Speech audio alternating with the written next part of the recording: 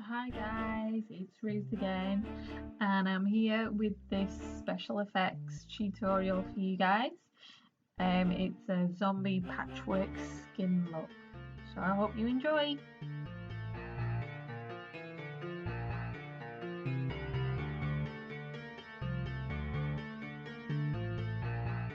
Okay, so the first thing that you're going to want to do, as always, is protect your skin.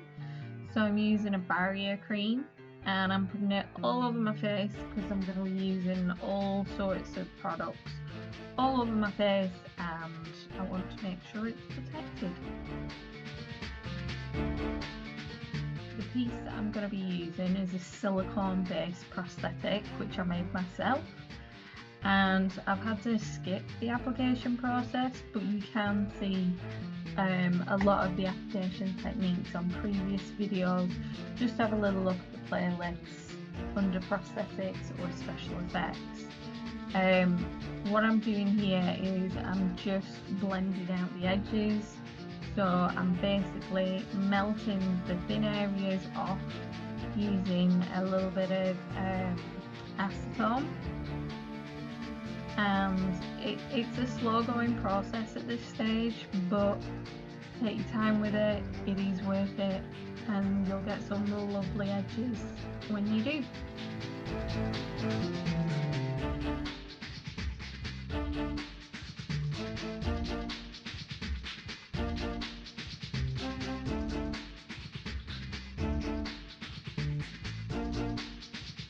Once the piece is on and the edges are nicely blended off, the next stage is to use either Sculpt Gel or Skin Tint, which is basically they're both products which are an A and a B mixture. So you mix them together, you create a nice silicone paste, and you can then kind of sculpt, cut for injuries or whatever it is you want to create.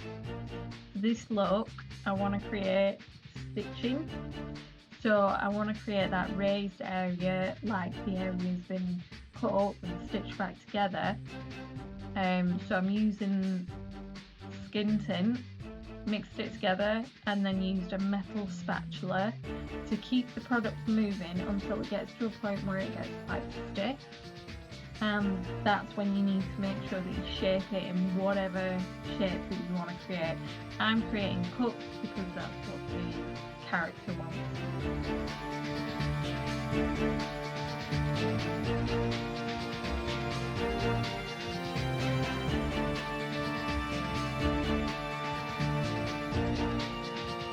You do need to work quite fast when the product starts to stiffen up. You've only got a limited amount of time to get it in the correct shape that you need, so it can take a little bit of practice to use these sorts of liquid silicone products, but after a time you'll get there with it.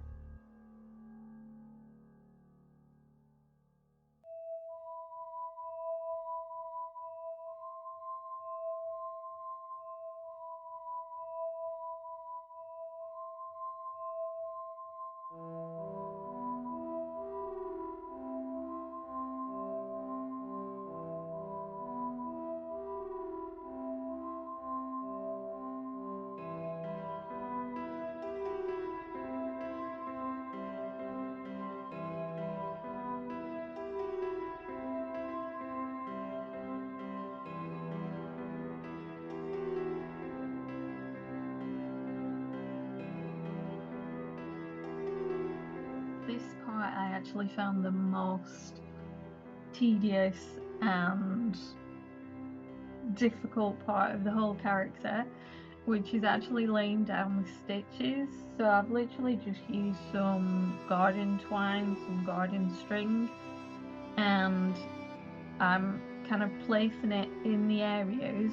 I'm dipping it in a bit of duo glue first, just to get the edges a little bit tacky, and then I'm positioning them as though they were stitches.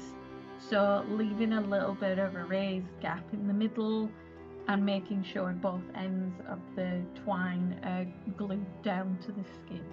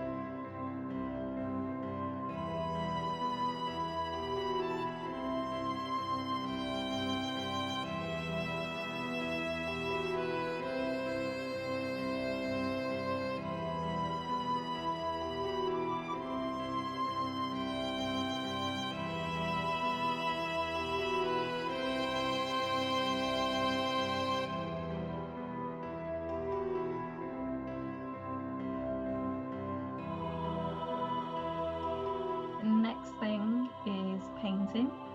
So I'm using Bdellium Tools Special Effects.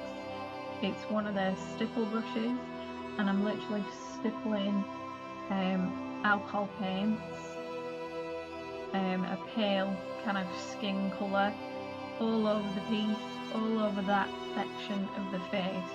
Because I want this character to kind of have a patchwork looking face, I decided to make sure that each section of the face was coloured a little bit differently. So this section is obviously the zombie part.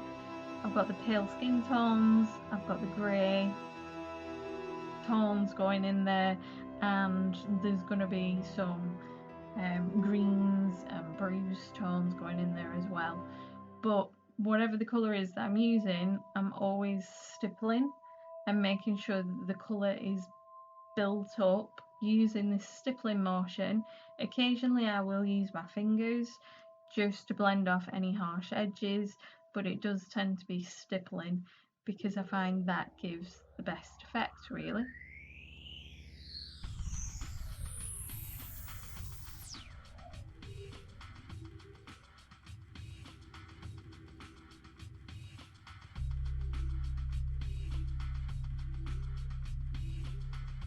And this is the bruise tones going in there. So you'll notice that I have changed the size of the stipple brush. Sometimes I'm using a larger one, sometimes a medium one, and sometimes a small one. That's so that you get a nice natural effect to it. The bruise tones are kind of related to you know, the blood settling in the body after you pass away.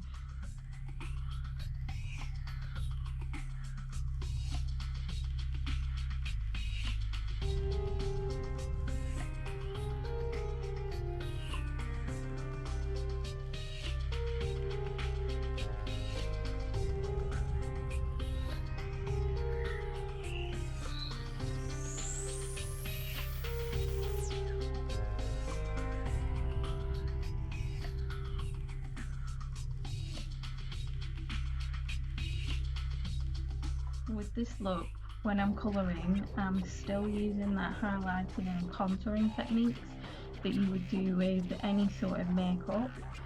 I'm just doing them a little bit differently, with the aim to kind of bring out the bone structure more and to give that really sunken in look around the temples, around the cheekbone, around the eye socket, all those normal areas where you would get that sunken in look for zombies.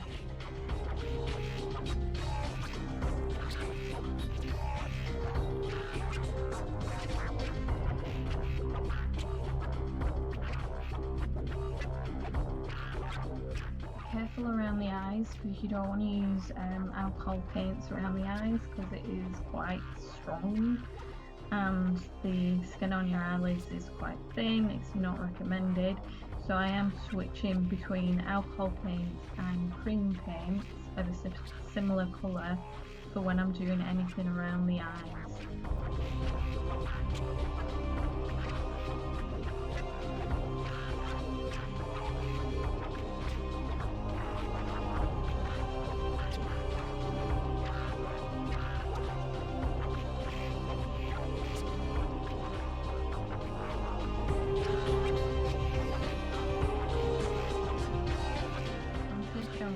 Bruised effect right the way along the area where the stitches are.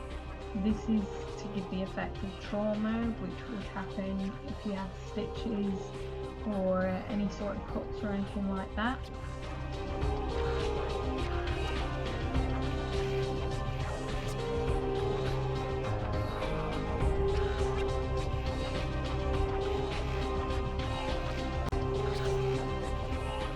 Now I'm taking a thin brush and I'm using a blood coloured tone, still on the alcohol paints, and I'm taking it into where we create those cuts with the skin tint or silicone paste, depending on what you used, and we're basically creating that kind of cut skin effects and starting to deepen that area.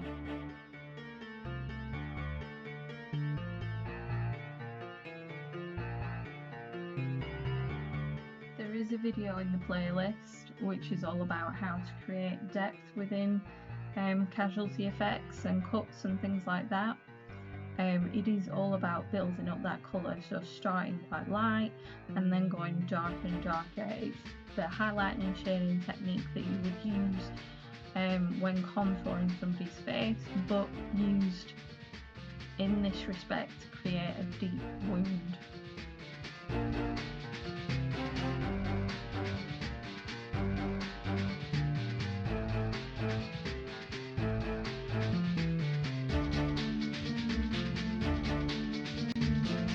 I'm now taking another thin brush and I'm basically creating little tiny veins and broken capillaries along where we created the stitch together effect. I'm also kind of deepening around the actual stitch area, so around where we glued the string down.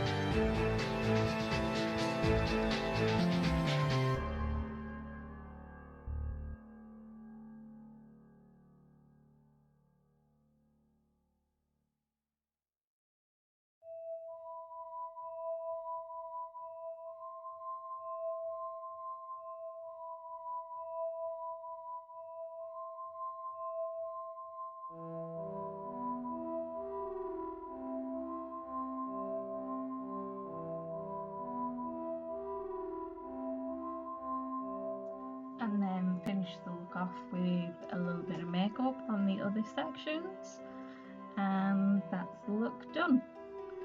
I really hope that you enjoyed this video. If you did, please can you make sure to subscribe. You can also check out some other makeup videos, special effects videos, prosthetic videos. There's even a couple of hairstyling videos up on my channel at the moment in the different playlists. Have a little look, and I'll see you next time. Bye!